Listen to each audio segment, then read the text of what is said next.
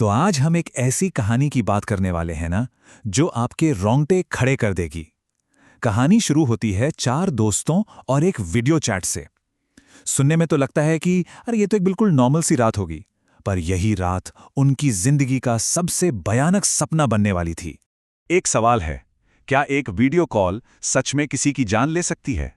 सुनने में अजीब लगता है ना, लेकिन ये कहानी इसी खौफनाक सवाल के इर्द गिर्द घूमती है। ये एक बहुत ही मशहूर हिंदी हॉरर कहानी पर आधारित है। तो कहानी के सेंटर में हैं चार दोस्त, आदर्श, विशाल, आकाश और टोनी। चारों आदर्श के घर पर अकेले थे और बोर हो रहे थे। बस कुछ ऐसा मजेदार करना चाहते थे जो हमेशा याद रहे।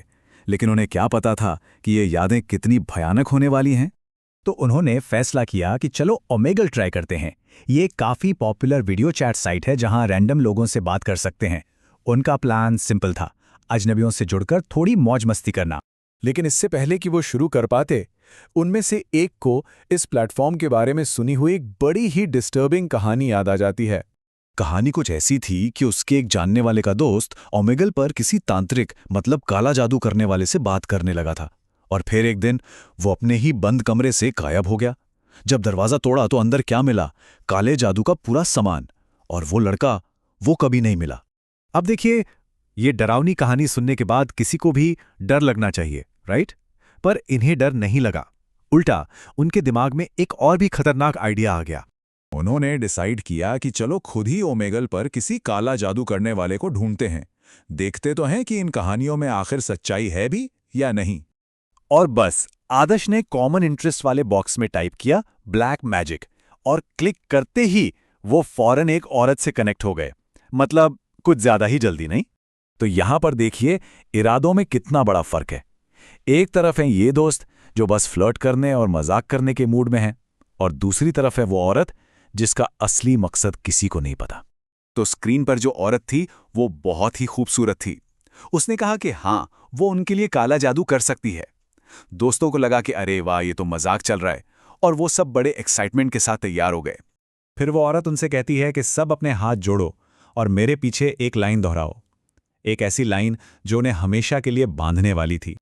और जैसे ही चारों दोस्त वो लाइन दोहराते हैं, वो औरत एक रिचुअल, एक अनुष्ठान शुरू कर देती है। और बस वो जो मजाक मस्ती का माहौल था ना, वो एक झटके में खौफनाक हकीकत में बदल जाता है। मतलब जो चीज अब तक एक खेल लग रही थी, वो अब भयानक रूप से असली हो चुकी थी।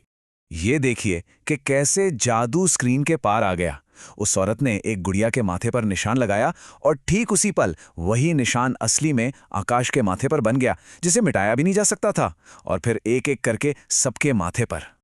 और जब उन्हें लगा कि इससे बुरा क्या होगा, तब वो औरत अपनी कुर्सी थोड़ी सी खिसकाती है, और उसके पीछे जो देखा वो कैमरे के फ्रेम से अब तक छिपा हुआ था। ये देख के आदर्श घबरा गया और कंप्यूटर बंद करने की कोशिश करने लगा। तभी वो औरत बोली, अगर कंप्यूटर बंद करने की कोशिश की तो मैं तुम्हारी गुड़िया का गला काट दूंगी और तुम सच में मर जाओगे। अब ये साफ था, उनकी जिंदगी की डोर अब उन गुड़ियों के साथ बंधी थी। लेकिन आकाश, उसने हिम्मत दिखाई या बेवकूफी पता नहीं, उसने उसकी धमकी को अनसुना कर दिया और टैब बंद करने के लिए माउस को छुआ। इसका अंजाम क्या हुआ? उस औरत ने बड़े ही आराम से, जैसे कुछ हुआ ही ना हो, एक चाकू उठाया और आकाश के नाम वाली गुड़िया का हाथ काट दिया। और अगले ही पल वो भयानक कनेक्शन बिल्कुल साफ हो गया। आकाश का असली हाथ उसकी कलाई से कटकर जमीन पर गिर गया। चारों तरफ खून ही खून। तब उस औरत ने कहा, तुमने खुद को मुझे सौंपा था, अब तुम मेरी बलि के बकरे हो। मतलब वो जो मजाक में उन्होंने लाइन कही थी, वो एक कॉन्ट्रैक्ट बन गया था, और अब वो उनकी मालिक थी। उसके बाद तो उसकी डिमांड्स और भी भयानक होती गईं। उसने आकाश से कुछ ऐसा करने को कहा जो वो नहीं कर सका, और जब आकाश ने इनकार किया तो औरत ने उसकी गुड़िया का सर धड़ से अलग कर दिया, और आकाश वहीं मर गया। अब तो कमरे में पूरी तरह से दहशत का माहौल था। विशाल ने भागने की कोशिश की, लेकिन जैसे ही वो भागा, उस औरत ने उसकी गुड़िया का पैर पकड़ा और मरोड़ दिया। विशाल का असली पैर भी टूटकर पीछे की तरफ घूम गया। मतलब भागना नामुमकिन था। तो सोचिए, एक मर चुका है, एक अपाहिज हो गया है, और इस औरत का ये खूनी खेल तो अभी बस शुरू हुआ है। कहानी हमें इसी खौफनाक सवाल के साथ छोड़ देती है कि बाकी बचे दोस्तों का क्या होगा।